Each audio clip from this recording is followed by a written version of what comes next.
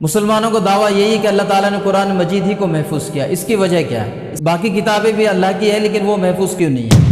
إنا نحن نزلنا الذكر وإنا له لحافظون۔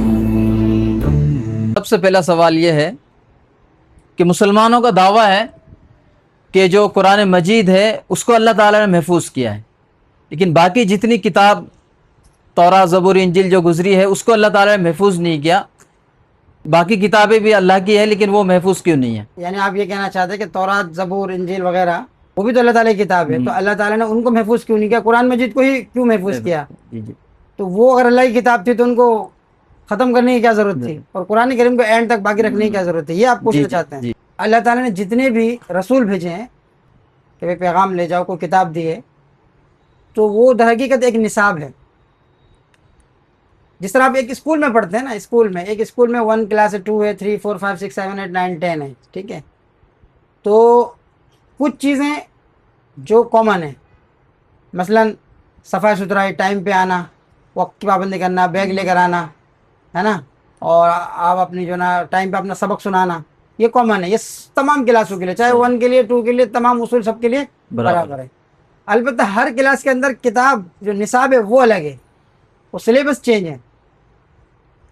اب 2 کلاس والے کچھ اور پڑھیں گے، 3 والے کچھ اور پڑھیں گے، اور 10 والے کچھ اور پڑھیں گے، ورنہ مین بات وہی ہے، صرف نصاب میں ذرا چینجنگ ہو گئی۔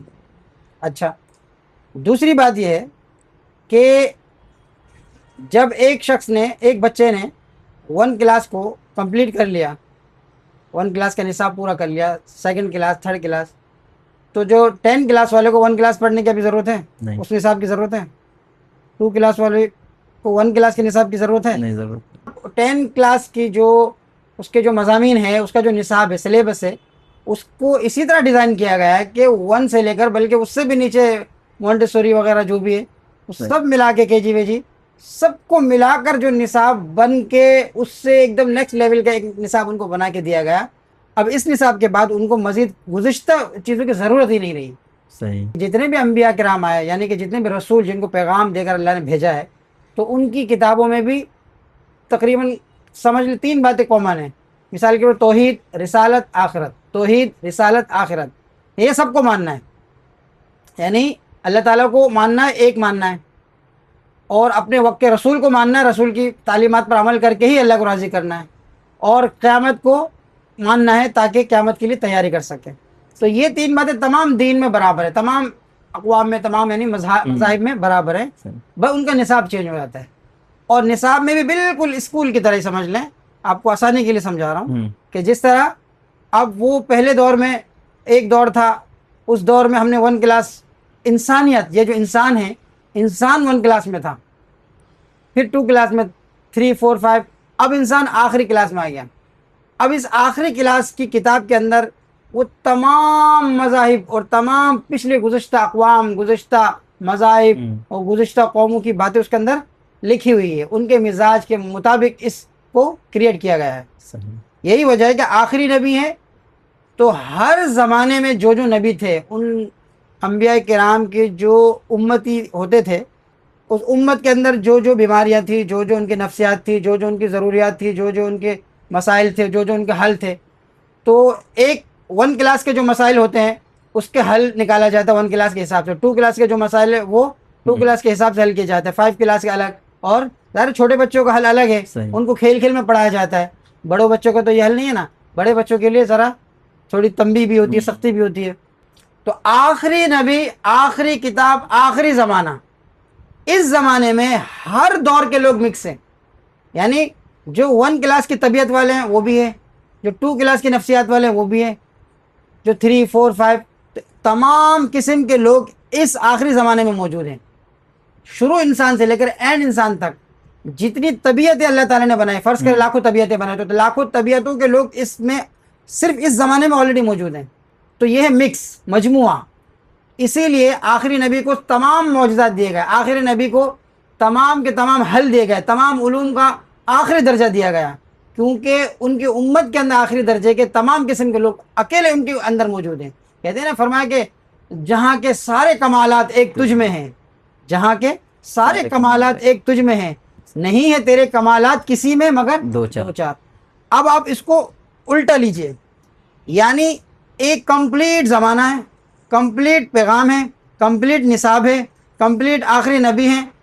اب اس آخری دور کو دیکھنے سے پہلے آخری دور میں جو کچھ ہونا تھا وہ سب کچھ اس کے ٹکڑے ٹکڑے کر کے الگ الگ زمانے میں بانٹ دیے گئے۔ اس کی ایک مثال تورات ہے اور اس زمانے کے نبی ہیں، ایک مثال انجیل ہے، اس زمانے کے نبی ہے، ایک عیسیٰ علیہ السلام، موسیٰ علیہ السلام۔ تو ان سب کو جو کچھ دیا گیا اکیلے یہ سب کچھ یہاں آلریڈی موجود ہیں صحیح اور ان کو آخر میں لایا گیا۔ صحیح۔ تو ہمارے آخری نبی صلی اللہ علیہ وسلم کے لیے آخری کتاب ہونا اس لیے ضروری ہے کہ آپ نے کہا ان کی حفاظت کیوں نہیں کی، کیونکہ اس کے بعد کوئی نصاب نہیں آئے گا۔ میں آپ سے پوچھتا ہوں کہ جب آپ 1 کلاس میں پڑھتے ہیں، 2 کلاس میں جاتے ہیں، تو 1 کلاس کی کتاب کو محفوظ رکھتے ہیں یا بیچ دیتے، کسی کو دے دیتے ہیں؟ کسی کو دے دیتے ہیں۔ تو آپ نے محفوظ کیوں نہیں رکھتے؟ صحیح۔ آپ 2 3 4 آخر تک آپ صرف انہی کتابوں کو محفوظ رکھتے ہیں جن کتابوں سے آپ کو آخری زندگی بھر یا اینڈ تک واسطہ رکھنا ہوتا ہے۔ صحیح۔ جن سے آپ کو واسطہ رکھنا نہیں ہوتا یا آپ نے سیکھ کے چھوڑ دیا، اب اس کی ضرورت نہیں ہے دوبارہ پڑھنے کی، تو آپ اس کو کیوں کینسل کرتے ہیں؟ آپ اس کو کیوں منسوخ کرتے ہیں؟ یا آپ اس کی حفاظت کی ضمانت کیوں نہیں لیتے ہیں؟ کچھ باتیں ایسی ہوتی ہیں جس کی حفاظت کی ذمہ داری ہمیشہ کے لیے آپ رکھتے ہیں۔ مثال کے طور پر اچھا انسان ہونا، ضروری نہیں کہ آپ ایک میتھ میں آپ بہت اچھے ہیں، انگلش میں اچھے ہیں، سندھی میں اچھے ہیں، اردو میں اچھے ہیں، تو سب میں اچھے ہیں یا کسی میں کمزور ہیں، لیکن کچھ چیزیں ایسی، اچھے اخلاق ہونا، اچھا انسان ہونا، اچھا مسلمان ہونا، یہ ہمیشہ کے لیے کرنا ہے۔ اس کو آپ چھوڑ سکتے ہیں؟ نہیں۔ اس کی حفاظت آپ چھوڑ سکتے ہیں؟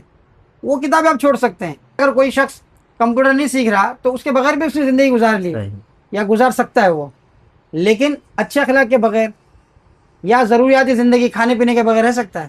تو بہت ساری چیزیں ایسی ہوتی ہیں۔ تو اللہ تعالیٰ نے بھی اپنی کتابیں جو پہلی کتابیں بنائیں ان کتابوں کو محفوظ کر رکھنے کی ان کی ضرورت نہیں تھی، کیونکہ آخری کتاب جو آل ان ون ہے، آخری کتاب کے اندر سب کچھ موجود ہے، تو آپ کو دیگر کتب کی طرف رجوع کرنے کی ضرورت ہی نہیں رہے گی۔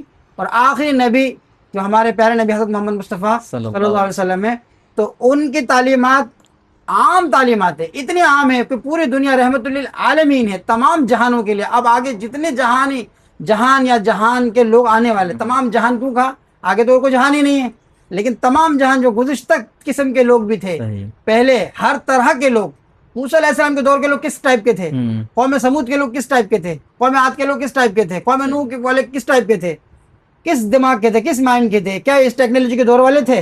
وہ اپنے دور کے تھے، کوئی پہاڑ والے دور کے، کوئی پانی والے، کوئی پتھر والے، لیکن تمام قسم کے نفسیات کے لوگ آج بھی موجود ہیں۔ اسی لیے آل ان ون زمانے میں آل ان ون نبی کو بھیجا گیا ہے۔ سبحان اللہ۔ قرآن کی حفاظت، اللہ کی ضمانت، قرآن کی حفاظت، اللہ کی ضمانت،